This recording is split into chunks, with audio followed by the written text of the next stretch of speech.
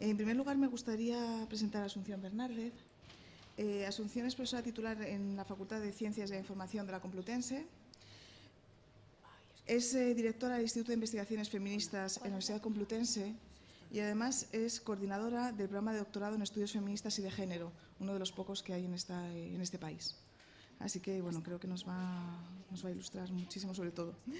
Ha escrito muchísimos artículos, por decir algunos, podríamos señalar uno que se titula Sofía Casanova en la Primera Guerra Mundial, una reportera en busca de paz de la guerra, el viaje de Marina Abramovich y Lady Gaga a través de la hipermodernidad, si compartes tus fans, te doy capital simbólico, o, por ejemplo, modelos de mujeres fálicas del posfeminismo mediático, una aproximación a Millennium 1, Avatar y los Juegos del Hambre.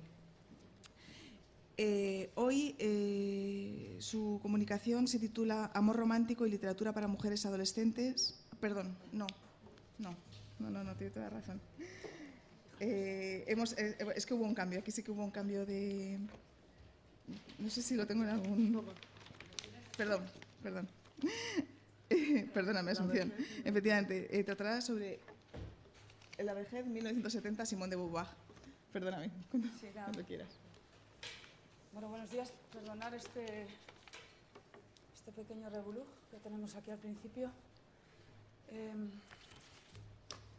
Bueno, yo os voy a hablar, efectivamente, en lugar de hablaros de novelas de mujeres adolescentes, os voy a hablar un poco de otra problemática que no es tan agradable, que es sobre la cuestión de la vejez de las mujeres y planteándola a partir del trabajo que hizo Simone de Beauvoir en un libro que se llama precisamente así, La vejez, de 1970.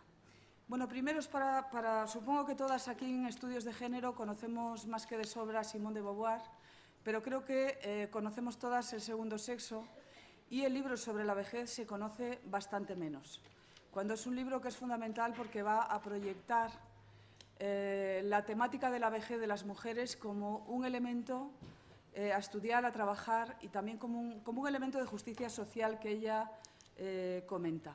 No lo hace desde el punto de vista solo de las mujeres, sino que va a hablar de la vejez en general.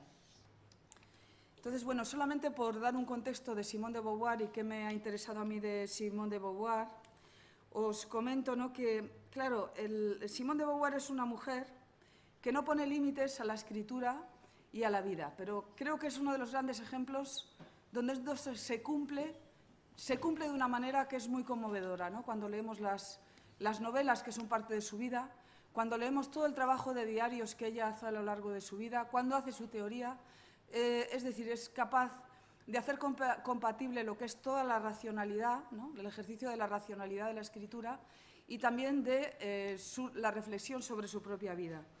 Es decir, ella cuenta su experiencia con una clarividencia como muy poca gente. Creo que lo hace a la hora de escribir y a lo largo de todo el siglo XX. Por supuesto, le surge el tema de la vejez, del envejecimiento, porque es una mujer que vive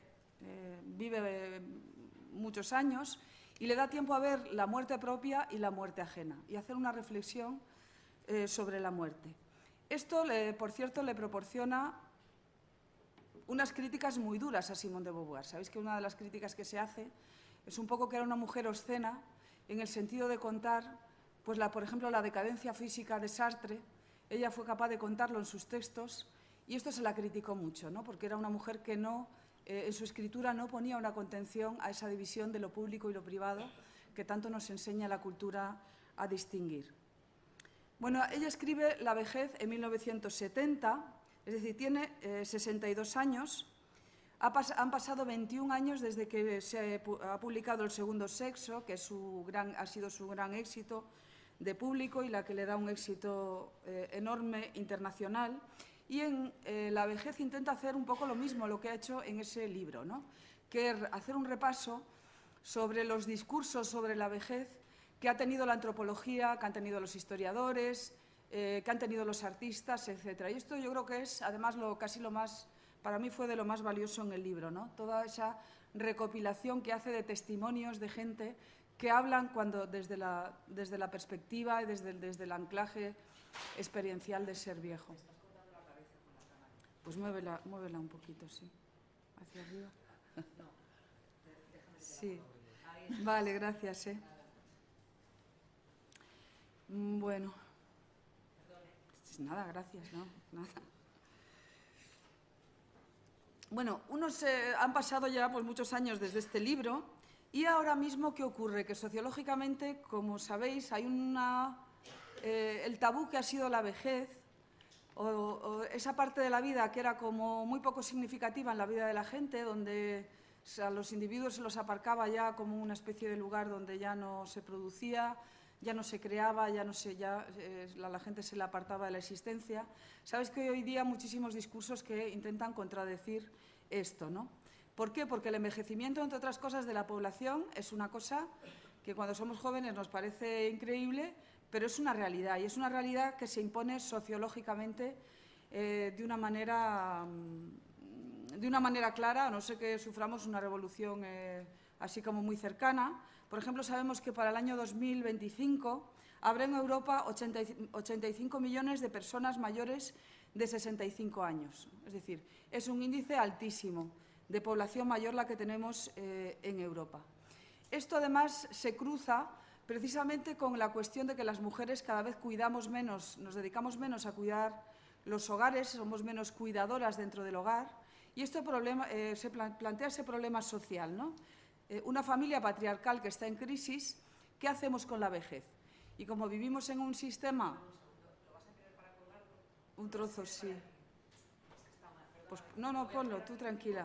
No, ponlo donde quieras, que es lo tuyo. Bueno, es la familia patriarcal que se ve en crisis y, desde luego, ¿qué hace el capitalismo en el que vivimos? El capitalismo en el que vivimos enseguida recoloca la situación social y la hace ventajosa para su propia producción, ¿no?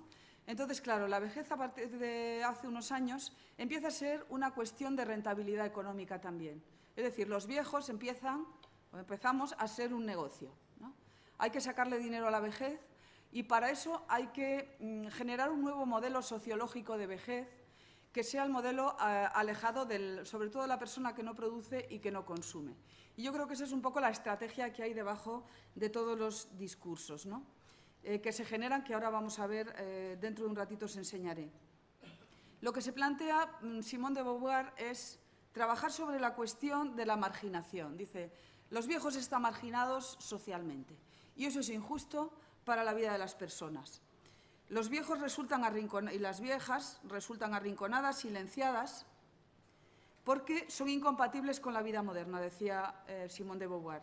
Termina su periodo de productividad y esto lo que hace es, sobre todo, infelices a la gente, ¿no? Simone de Beauvoir dice, lo que hay es que cambiar la vida, cambiar, tal como decía también para la cuestión de las mujeres, que hace un poco el mismo problema. El envejecimiento es un problema que tiene que ver con la configuración social de cómo pensamos en la gente, cómo transformamos lingüísticamente y en signos la feminidad, o en este caso la vejez, y si transformamos eso nos produce infelicidad y vamos a intentar transformarlo.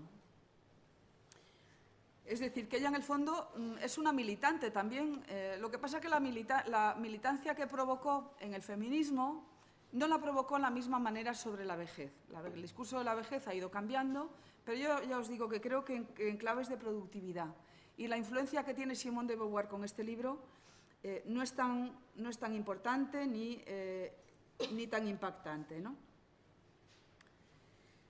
Por otra parte, yo os voy a hablar aquí, solamente esta pequeña pincelada sociológica, vamos a hablar de representaciones, ¿no? Porque las representaciones son eso que van configurando nuestro imaginario y, por lo tanto, nuestra realidad, no como algo que está ahí flotando, sino que los imaginarios los acabamos encarnando y acabamos viviendo como esos imaginarios nos indican, ¿no? Es decir, hay una manera ideal de ser mujeres a cierta edad o de ser varones a cierta edad. Y esos son lo que se llaman imaginarios colectivos, que son normativos, es decir, si, por ejemplo, nos convertimos en gente mayor no productiva, que nos dejamos, que ya perdemos las ilusiones en la vida, por ejemplo, eso tendríamos una penalización social ahora mismo, donde el imaginario sobre la persona mayor ha cambiado. Y se supone que tenemos que estar activos hasta la muerte, por ejemplo, ¿no? Una idea que es completamente nueva, contemporánea, que no existía, no ha existido nunca a lo largo de la historia. Bueno, Simone de Beauvoir pues tiene una postura frente a la vejez que ya os digo que en la época en que ella escribe este libro resulta muy obscena, porque ella vive la vejez como una pérdida todo el tiempo. Ella no tiene ese sentido tan reivindicativo de la vejez. Lo plantea como teoría, pero cuando ella reflexiona sobre qué le está pasando cuando se está haciendo mayor, no ve nada positivo en la vejez en sus textos, ¿no? Lo más importante, lo más irreparable que me ha sucedido desde 1944, dice por ejemplo en el libro, es que como Zazi, que así llamaba a Sartre, he envejecido. Esto significa muchas cosas y, ante todo, que el mundo a mi alrededor ha cambiado. Se ha achicado y encogido. Ya no olvido que la superficie de la Tierra es finita, finito el número de sus habitantes, de las esencias vegetales, de las especies animales y también el de los cuadros, libros y monumentos que en él están depositados. La realidad todavía me interesa, pero su presencia ya no me fulmina. Es decir, ella tiene ese reconocimiento, ¿no? La vejez es una pérdida de relación, yo diría que pasional con el mundo.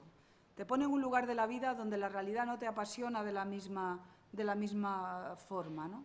De hecho, ella pone, tal vez por primera vez por los textos que yo he leído, que no he leído toda su obra, que es ingente, pero pone un punto, por ejemplo, crítico a la creatividad, que cuando ella ha sido una mujer verdaderamente de asimilar y vivir la cultura, ¿no?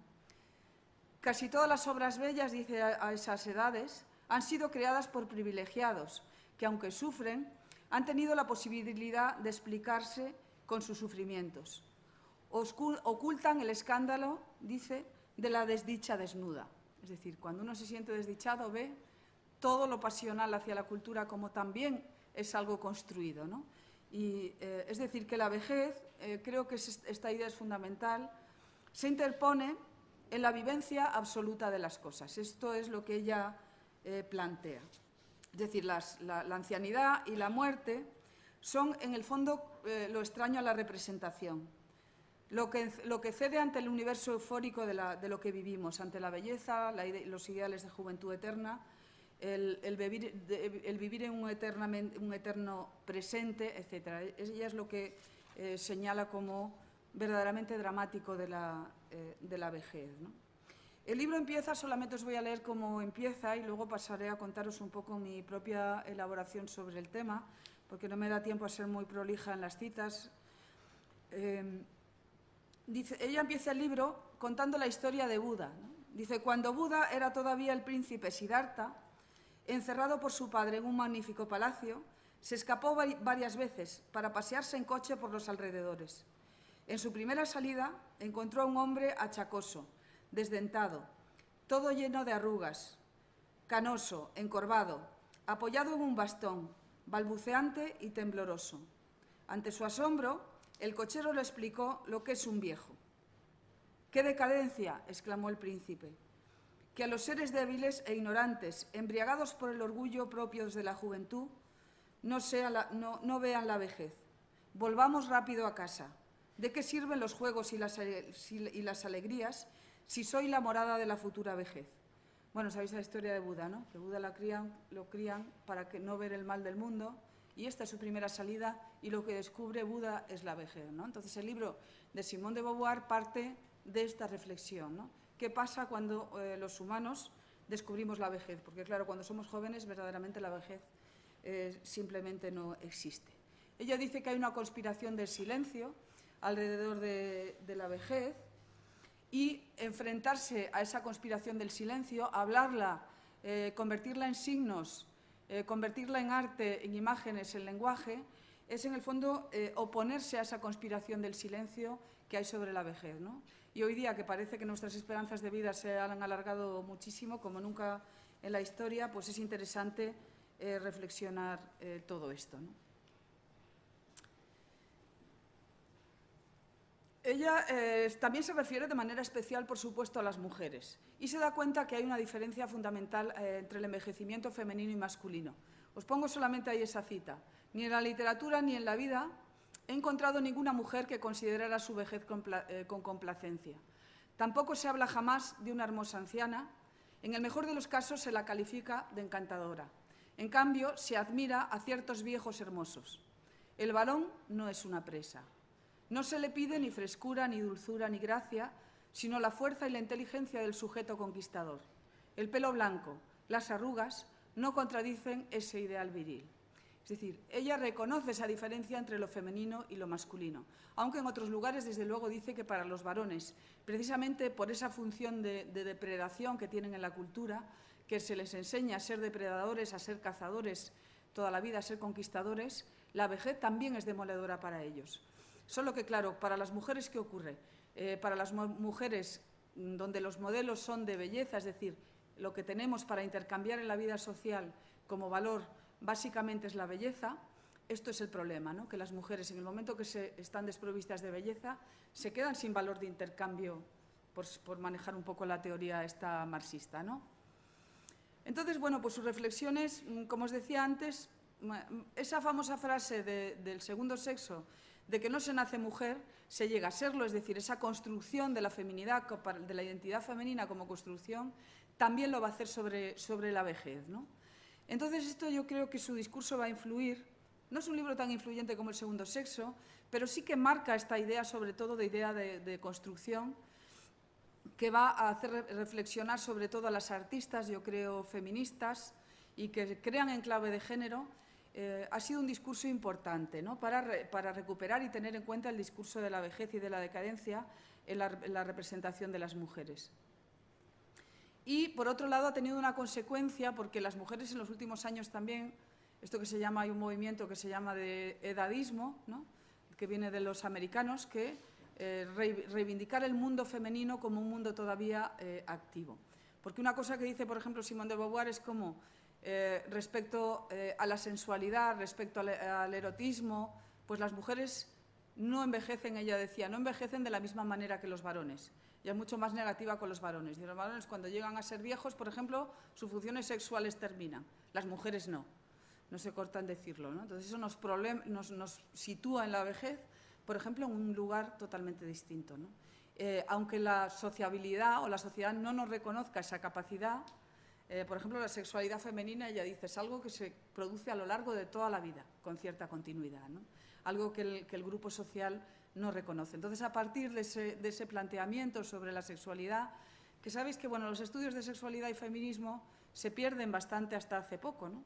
Es decir, que el feminismo de los años 80, de los años 90, no trabaja sobre la sexualidad, se ha empezado a trabajar posteriormente, ¿no? Y estamos viviendo ahora unos momentos donde se vuelve a tener en cuenta este discurso, pero durante muchos años no se trabajó, pero sí se trabajó a finales de los años 60 y los años 70, ¿no? Entonces, pero ella pone esa semilla ahí, ¿no? Os decía antes, el tema de la vejez es un tema básicamente de injusticia social. Os decía antes, bueno, para mí es un problema de que la vejez empieza a ser un negocio. Las mujeres mayores somos objetos también de políticas públicas y también de consumo, de cierto consumo. Hay muchísimo consumo orientado a los ancianos, a las ancianas, etc. Y para que esto funcione, como el modelo es tan negativo de la vejez en los medios de comunicación, es un modelo que prácticamente no existe, se necesita hacer ejercicios de eso que se llama de restitución simbólica. Es decir, hay que hacer económicamente que eso funciona y que es rentable. ¿Y cómo se hace? Los medios hoy día lo están haciendo bastante bien, ¿no? Las 10 ancianas, os he sacado algunas noticias de esta, no me parece que no viene ahí sí, de estas del 18 de mayo del año pasado, del 2013. Las 10 ancianas más sensuales del mundo, ¿no? Esta idea de que podemos hacer las mujeres como que el tiempo no pasa, podemos ser eternamente jóvenes, con el estrés consiguiente que esto nos puede causar en nuestra vida diaria, ¿no? Ya no es que podamos ser delgadas, que podamos operarnos, sino que encima es que podemos ser eternamente jóvenes. Bueno, pues estas son estas ideas contradictorias y aquí está un poco el pensamiento feminista, ¿no? ¿Qué es lo positivo o qué se puede hacer? Porque verdaderamente decir, bueno, tener imágenes positivas de las mujeres está muy bien, pero al fin y al cabo podemos hacernos esta pregunta, pero al fin y al cabo esto es tan fantasioso como pensar que podemos ser delgadas toda la vida, y que, en fin, y que si echándonos una colonia o no sé qué, pues se nos van a caer los hombres encima, como aquella canción de Cher, que me lluevan los hombres, ¿no? Que bueno, que es una fantasía tanto femenina como masculina en el mundo así del pop y tal. Bueno, ¿sabéis a qué canción me refiero, no? It's Raining Men. Bueno, pues esa fantasía de It's Raining Men pues no se cumple por la cantidad de cosas, objetos ni cirugías estéticas que consumamos, ¿no? Pero ni para nosotros ni para ellos, verdaderamente. Entonces, bueno, pues son imágenes que nos dan que pensar, ¿no? Lo que vende una modelo mayor, esta es también del 2012. En los últimos años hemos asistido a esto, ¿no? A mujeres que, por otro lado, no se cuestiona lo tratadas que están con la cirugía, lo que puede suponer para la vida personal esto, etcétera. También tenemos casos españoles, ¿no? A mí me gusta especialmente esta modelo, porque esta modelo es, por lo menos, dice, bueno, una carrera que despega con 70 años, y es decir, que se hace famosa con 70 años y es una mujer que supuestamente no se ha operado, ¿no? Que lo que exhibe precisamente es el tema de las arrugas, el tener un cuerpo de señora mayor, y por lo menos yo creo que es un modelo más digno. Porque claro, las mujeres que trabajan en medios de comunicación, hace poco yo me encontré con una mujer que trabajaba aquí, además me la encontré en un acto aquí, que trabajaba en medios de comunicación y era una mujer de poneros de 50 y tantos años y se había operada, evidentemente, aunque no lo dijo, pero dice, claro, yo ahora tengo el problema de que voy a hacer de mujer de 50 años y no me quieren. Porque claro, como tengo la cara, no lo dijo así, pero como tenía la cara estirada, me dicen es que no doy la edad. Porque es decir que, claro, las mujeres, hagas lo que hagas, al final como que tienes problema siempre en representar la edad que se supone que tenemos que representar, ¿no? Es decir, una mujer de 70, en todo caso, tiene que estar representada así, ¿no? Pero con unas características que le dé a los medios como que eso está muy bien.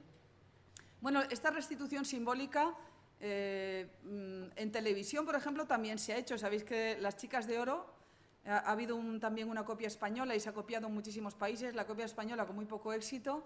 Es una serie de los años 80, del año 85 al 92. O sea, que una teleserie se mantenga 7 años es un éxito impresionante, ¿no? Pero la verdad que sí, muchísima continuidad. No hay mucha continuidad en este tipo de modelos, ¿no? Los medios las usan, están ahí, pero claro, el problema es la normalidad. Es decir, es como las marcas DAB de jabones DAB, sabéis que ha hecho siempre una publicidad como concienciada respecto al envejecimiento y a la belleza de las mujeres, que no sea la estereotipada. Pero es una cosa que es tramposa, entre comillas, porque son cosas que se hacen significativas porque están en contraste con, ¿no? Es decir, ponen el punto de contraste. Cuando DAB te saca a una mujer mayor, a una negra mayor, que hizo una publicidad de este tipo, están en contraste con el resto de la publicidad. Es decir, que lo ideal sería que el tipo de señoras mayores o señores mayores se encajara como un modelo normal y no como un modelo de contraste. Me explico, que las cosas funcionan por contraste. Entonces, bueno, pues creo que ha habido éxitos muy importantes, ¿no?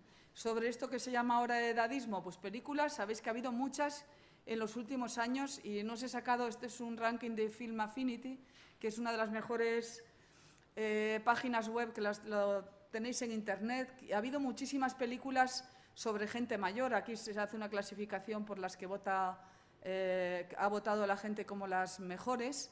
Y cuando se trata el tema del edadismo, normalmente se trata mucho entre parejas y gente mayor. Y yo creo que es menos común el hecho de tratar el envejecimiento de las mujeres en sí mismas. Es bastante peor, ¿no? ¿Os recordáis una película? Yo no la vi solamente la publicidad, yo qué sé. 3 señores que son astronautas, creo que eran mayores, y se juntan y se vuelven otra vez a la luna y tal. Estas cosas heroicas así masculinas es como más común que las que se hacen sobre mujeres. Creo que el modelo mujer es como más tratado en familia, ¿no? O en todo caso en pareja. En los últimos años os pongo estas porque, claro, son de las menos votadas, pero porque son muy recientes. No sé si habéis visto, por ejemplo, Amor ha tenido un éxito muy importante. Nebraska, que está todavía en los carteles, también, que es un señor que empieza con los temas de Alzheimer. Y veis, no sé si la habéis visto, pero si la veis, veis como la mujer sale como la gran gruñona, ¿no? Bien estereotipada ella, bien anciana y bien como poco empática con el dolor ajeno y un poco insensible cuando es mayor. O sea que, en fin, que a veces, aunque se trata el tema de la vejez, es curioso cómo estos estereotipos de género sobre las mujeres siguen marcando ese imaginario incluso cuando se habla de la vejez. Otra cosa es cuando las mujeres trabajan, bueno, pues yo creo que una óptica un poco de mayor conciencia feminista, ¿no? Por ejemplo, esta película, no sé si la habéis visto, que se llama Las chicas de la lencería, del 2006. Es muy interesante, es una parodia, es una comedia muy eufórica, ¿no? Muy positiva, de unas señoras mayores que cuando, bueno, pues en un pueblo retoman el negocio que habían tenido en la juventud y se ponen a hacer lencerías, de estas películas muy positivas. Hay también una iraní en una peluquería que también desarrolla el mismo esquema, ¿no? De mujeres que en el fondo se apoyan, que son capaces de colaborar, en esta idea de que las mujeres mayores, es verdad que seguimos siendo más activas, nuestros deseos de estar activas duran más que los varones, ¿no? Esto en trabajos sociológicos que se hacen supuestamente es así. Un varón cuando llega a los 50 y tantos años, 60, considera que todo lo que ha podido hacer en la vida normalmente ese es su tope, no va a llegar a más. Las mujeres, en cambio, no. Las mujeres a los 50 años empezamos un periodo normalmente donde hemos terminado de criar hijos, los hijos empiezan a independizar y sentimos que podemos hacer un montón de cosas, ¿no? Y si vamos a cursillos de estos del ayuntamiento, de los ayuntamientos, de tal, son las mujeres las que están aprendiendo a nadar allí, porque yo las he visto con 70 años, se ponen el flotador y se tiran a la piscina, ¿no? Esto nos pasa más a las mujeres, ¿no? Porque en el fondo hemos tenido ese periodo de productividad muy dedicados a los cuidados en muchísimos casos en la vida social. Entonces, entendemos que ese periodo de la vida no lo podemos desperdiciar, ¿no? Entonces, este tipo de películas que están vistas desde este pensamiento feminista, donde las mujeres a los 50 empezamos una especie de segunda juventud, ¿no? Pues son recuperadas en trabajos de este tipo que son bien interesantes, ¿no? Como la película esta también del Erizo, se hizo con el nombre del Erizo, sobre una novela francesa de Barberi, es muy interesante también en este sentido, ¿no? Como las mujeres que se alejan en muchos casos de los estereotipos mediáticos, cómo consiguen unos espacios de libertad a través de la cultura, a través de la creatividad, etcétera, también. El libro es del 2006. Bueno, la publicidad, que es un medio completamente práctico. Yo digo siempre, la publicidad no es que sea ni feminista, ni machista, ni nada. Es que si cree que algo va a vender, lo va a utilizar. Pero como vivimos en un mundo que es bastante machista, ¿no? Pues lo que hace es que coge ideas machistas, ¿no? Si vendiera el feminismo, os aseguro que se pondría imágenes también feministas. Y la publicidad como medio también utiliza imágenes que puedan ser impactantes, ¿no? Entonces, imágenes que entran en contradicción. Esta es curiosa, ¿no? Ancianas y chicos embarazados, la publicidad enciende la polémica. Esta es del 17 de junio de 2003. Fue una polémica del año pasado, que es curioso cómo, os la pongo porque han juntado una imagen, una campaña que se hace en Inglaterra, dándoles un toque de atención a las mujeres, que resulta que somos madres cada vez más tarde, ¿no? La media en España me parece que es de 31 o 32 años para tener el primer hijo las mujeres y se nos dice, claro, retrasar tanto la maternidad es un problema, entre comillas. Pero claro, esto es curioso, ¿no? Que los gobiernos utilicen este tipo de publicidad y no nos den la posibilidad de ser madres antes, ¿no? O que no le den a las mujeres jóvenes la posibilidad de poder ir a la universidad, como tienen en los países nórdicos, y poder ir criando un hijo al mismo tiempo, ¿no? Y poder ser madres a los 22 o a los 20. Porque el problema no es que las mujeres no queramos, ¿no? Entonces, por ejemplo, esta imagen es una imagen que produjo muchísimo rechazo porque es una imagen de miedo, ¿no? La vejez siempre da miedo y vincular el periodo productivo de las mujeres con la vejez es verdaderamente produjo mucha conmoción porque se ve, esto es la obscenidad, ¿no? Verdaderamente, esa mezcla de cosas que como que no debemos mezclar, como que no debemos dejar ver, ¿no? Qué es lo que produce. Y, por supuesto, aquí está, también, no sé si habéis visto una publicidad que ha habido por ahí, esto de juntar como la vejez siempre son como está siendo utilizada como los raros, ¿no? Los apartados, pero que ahora podemos empezar a aprovechar, ¿no? Un grupo joven de música las puede coger, integrar en sus videoclips su forma de cantar, su forma de hacer y no hay ningún problema. Empieza a haber este tránsito. También hay un anuncio no sé si os acordáis de un señor mayor que va con se supone con su dentadura postiza y abre una Coca-Cola, un anuncio de Coca-Cola, se va a una máquina y abre la botella, se va con los jovencitos y los jovencitos se quedan así como boquiabiertos. Ahora también hay un programa, no sé en qué canal, el otro día lo veía, de gente mayor que le gasta bromas a los jóvenes, ¿no? Por ejemplo, una señora mayor que va e incita como sexualmente a un joven que se queda como diciendo, ¿y esta señora qué hace? ¿No? Pero fijaros, son cosas como para hacer reír. En el fondo, la pregunta es ¿qué subvierte esto? ¿Verdaderamente estas manifestaciones subvierten un sistema que es muy rígido o verdaderamente no subvierten nada, ¿no? Sino que, bueno, están ahí, nos hacen en un momento reír, pueden ser graciosas o no. Yo creo que subvierten poco, ¿eh? Es decir, que las cosas más... El objetivo que tiene todo esto, ya os digo, en el fondo es alterar ese modelo simbólico del estar al margen de, etcétera. Bueno, esto es Victoria Sendón de León, imagino que habréis visto esta imagen, que se ha publicado, se ha hecho fotografiar con toda su... En este caso, sí, es como un elemento reivindicativo, artístico, ¿no? Donde las mujeres reivindican, esto lo han hecho las mujeres, los cuerpos viejos, como, bueno, pues aquí estoy yo y aquí estamos todavía al mismo nivel que están las mujeres jóvenes. También hay toda una rama de lo que se llama la gerontología feminista, que es muy interesante. Yo creo que está por desarrollar y es una de las grandes áreas del feminismo sociológico que conviene o a mí me interesa mucho seguir, ¿no? Porque, bueno, creo que ahora que vamos a ser todas tan mayores, ese tanto por ciento tan alto, es muy interesante. Este tipo de proyectos han tenido mucho éxito en Estados Unidos. De hecho, hay varias asociaciones de edadismo, esto que, bueno, en inglés tiene otro nombre y tal, que podemos seguirlo con varios proyectos, sobre todo de manifestaciones públicas, etcétera. En España también hay alguna asociación, como la Asociación de Mujeres por un Envejecimiento Saludable. Y todo esto, bueno, comentaros que, bueno, en el fondo, cómo esto viene como la vejez como representación. ¿Cuál es el cambio fundamental que se ha producido? Lo que pasaba hasta hace muy poco, hasta los últimos años de los medios de comunicación, que la vejez en nuestra cultura estaba, la única forma digna de ser viejo era eso, ¿no? Decir que la vejez era gente digna, gente que en la última etapa de su vida se apartaba de la vida pública. Y esto sobre todo se produce en el Renacimiento, porque en el Renacimiento es el momento en que empieza la vida el germen del capitalismo y el germen de la vida productiva. Entonces, a partir de ese momento, lo que tiene que hacer la gente que tiene dignidad, los viejos dignos, es retirarse de la vida pública, ¿no?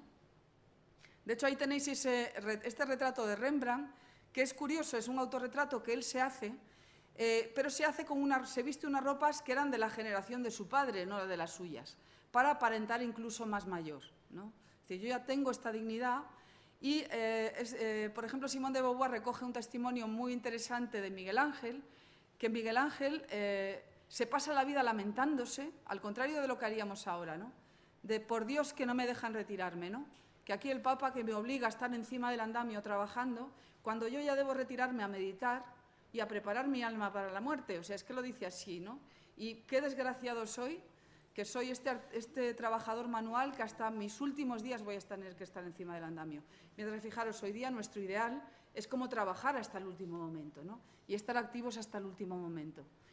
Lo mismo ocurría con las mujeres, ¿no?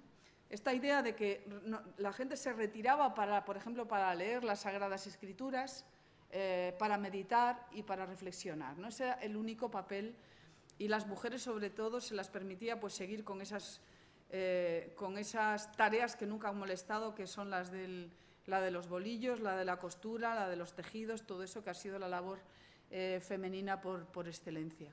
Cuando las mujeres se saltaban ese principio de que se tenían que retirar dentro de los hogares, resultaban especialmente antipáticas, ¿no? Bueno, luego os cuento estas. Por ejemplo, las mujeres la imagen de la vieja usurera, la mujer que quiere seguir controlando el dinero, es decir, que sigue queriendo tener poder dentro del hogar, es una mujer maltratada por la representación, ¿no? Mientras que otro tipo de figuras que son tal vez las continuadoras en la tradición educativa dentro del hogar, las propias mujeres eran papeles permitidos, ¿no? Seguramente esta imagen lo que nos está representando Velázquez es la señora mayor de, oye, no te distraigas de tus tareas, ¿no? No desdigas la tarea de la laboriosidad, que era una de las obligaciones de la educación femenina, ¿no? Que era Cristo en casa de Marta y María, la joven que seguramente acaba de ver por la ventana y es amonestada por la adulta, o cuando siguen en tareas de cuidados dentro del hogar, ¿no?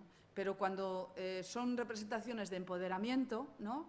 Que es el control del dinero, por ejemplo, aquí son figuras negativas. Y, desde luego, la mayor negatividad para la representación tradicional de las mujeres ha sido la idea de las coquetas, ¿no? La mujer que sigue arreglándose toda su vida ha tenido una gran penalización en la representación, ¿no? Goya hasta la muerte, ¿no?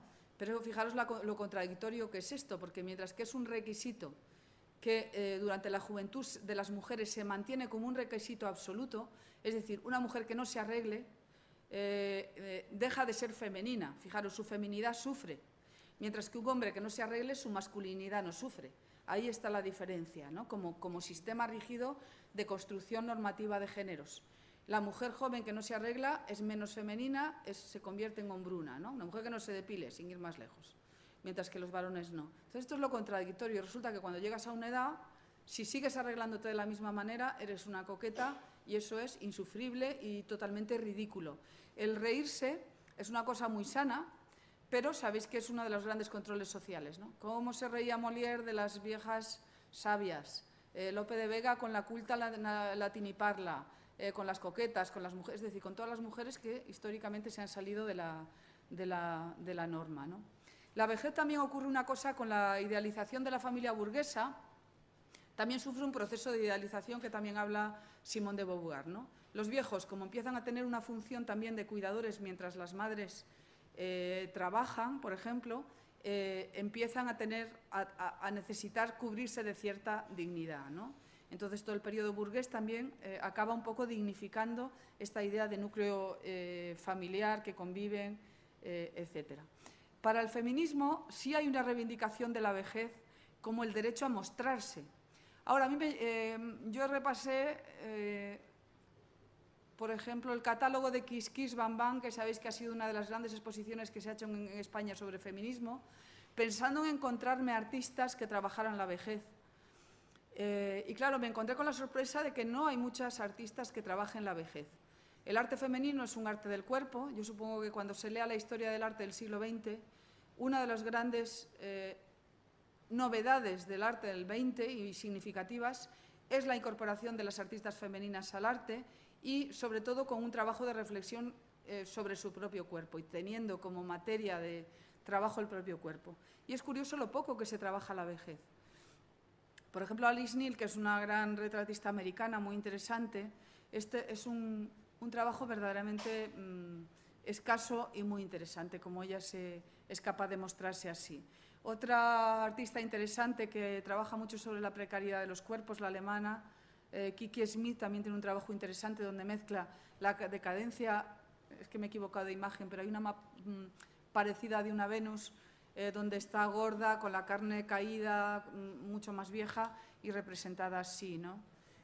También lo hacen los varones, por cierto. Los varones, pero los varones que más reflexionan de una manera más interesante también sobre el cuerpo. Por ejemplo, Freud hace lo mismo con su madre. Tiene unos cuadros preciosísimos de su madre deprimida. En el momento que su madre pierde su pareja, se va a vivir con él y él le hace varios retratos. Y tiene retratos muy hermosos de su madre, que no son nada negativos, ¿no? Mientras su madre está verdaderamente postrada y tal, él hace estos retratos que son verdaderamente conmovedores, ¿no? Ha habido otras artistas, pero que lo han vinculado, por ejemplo, Hannah Wilke, que se muere en el año 1993, que es la de la izquierda, hace toda una serie de imágenes que, bueno, que están verdaderamente en el límite, porque nos hieren muchísimo, porque ella se muere de cáncer de mama, su madre también está enferma de cáncer, se mueren las dos, y hace una serie de retratos con ese cuerpo de su madre y su propio cuerpo, ¿no? Comparando y poniendo en relación los dos cuerpos siempre de una manera muy, muy conmovedora, ¿no? Hay también una artista japonesa muy interesante, que es Niwa Yanagi, que hizo toda una serie sobre mis abuelas, en las que amigas suyas jóvenes se disfrazaban de ancianas y se ponían en situaciones les decía, ¿cómo os imagináis que vais a ser de mayores, ¿no? O cómo os gustaría ser de mayores. Entonces, hay una serie de fotos que son muy interesantes, muchas haciendo deportes de riesgo, pues viajando así como señoras de alto standing, y esta es una serie, una artista también muy interesante, ¿no? Luego hay otros artistas. Esta serie está ahora, es una serie reciente de un artista americano, y os lo pongo para que veáis un poco a lo mejor cómo trabajan a veces los artistas masculinos y los artistas femeninos respecto al tema, ¿no? Mientras que para las mujeres es una reflexión un poco sobre su identidad, sobre las cosas que les pasa experiencialmente. Por ejemplo, este artista americano que también trabaja sobre la vejez, pues tiene una serie de críticas, tiene una serie que se llama Elder Kinder, ¿no? En que pone a los ancianos jugando como los niños, ¿no? Pero mucha gente dice, bueno, resulta paródico, resulta hiriente, porque en el fondo es como te pone en situación casi como de provocarte una sonrisa respecto a los ancianos, ¿no? Es decir, no son imágenes de dignidad en ningún momento, etcétera. Artistas mujeres, en cambio, que lo hacen desde otra perspectiva, hay varias, pero yo os digo que no demasiadas, ¿eh? En el rastreo, Matkin es otra, americana, que, bueno, como veis ahí, no solamente trata el tema de la vejez, del envejecimiento, sino también el tema, otra vez más, de la mastectomía, etcétera, ¿no? Y tenemos en España, yo creo que el trabajo más interesante es el que hizo Ana Casas, que igual hace un trabajo con su abuela, de recuperación un poco de memoria y de presencia en el arte de las mujeres ancianas, que desde luego es muy conmovedor, ¿no? Y bueno, ya creo que me estoy pasando de tiempo, ¿no? Estás ahí ya desesperada. Ya me callo, si luego tenemos tiempo de debatir un poco. Estoy a vuestra disposición. Muchas gracias.